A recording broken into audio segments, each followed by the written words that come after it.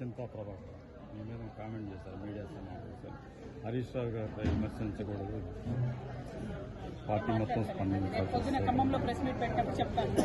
జూబ్లీహిల్స్ ఉప ఎన్నికలు జనరల్ గా ఎప్పుడు ఎవరి మీద విమర్శ వచ్చినా, అది నా మీద వచ్చినా, ఏ వ్యక్తి మీద విమర్శ వచ్చినా వాళ్ళంతటి వాళ్ళు ప్రజలకు చెప్తున్నారా చెప్తలేరా అని ప్రజలు కూడా గమనిస్తారు. సరే, మనకిప్పుడు 100 మాగదులు ఉండొచ్చు, వారంతా మా కోసము మాట్లాడతారు, మమ్మల్ని ఏదో రక్షిస్తారు అనుకుంటే నిరంతరం అది కుదరదు.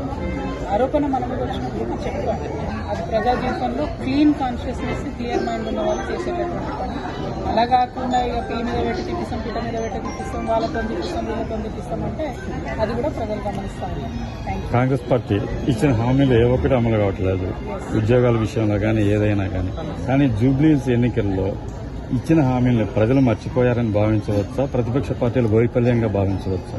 అంటే ప్రధానంగా ఒకటండి, జనరల్ గా రూలింగ్ పార్టీకి ఉప ఎన్నికలలో ఎప్పుడైనా జనరల్ ఒక అడ్వాంటేజ్ ఉంటుందని చెప్తారు.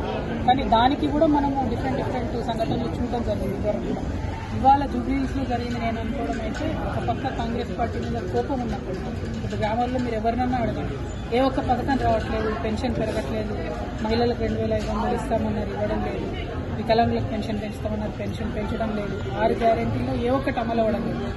అయినా జూబ్లీహిల్స్ లో కాంగ్రెస్ గెలిచిందంటే కేవలం అది ప్రతిపక్షం, భారతీయ జనతా పార్టీ కావచ్చు, టీఆర్ఎస్ పార్టీ కావచ్చు, అనుకున్న స్థాయిలో ప్రజల సమస్యలను ఎండగట్టడంలో, ప్రజల పక్షాన నిలబడడంలో విఫలం చెందారని చెప్పి చాలా స్పష్టంగా అర్థమవుతా ఉంది.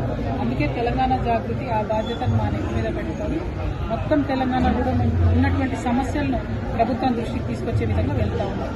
బలంగా ప్రజల మధ్యలో నిలబడి ప్రజలకు ఇచ్చిన 6 గ్యారెంటీలు ఏమైనా ఎందుకు వస్తలేదు, 200 యూనిట్లు కరెంట్ అన్నారు, గ్యాస్ బండ్ అన్నారు, ఏది కూడా రాని పరిస్థితి. వీటన్నిటి మీద కూడా నిరంతరం ప్రభుత్వాన్ని నిలదీస్తూ మేము ముందుకు సాగుతాం. మేడం, రాష్ట్ర రాజకీయ పరిస్థితుల దృష్ట్యా కల్వకుంట్ల కవిత గారు పార్టీకి విరామం ఇస్తున్నారని భావించవచ్చా?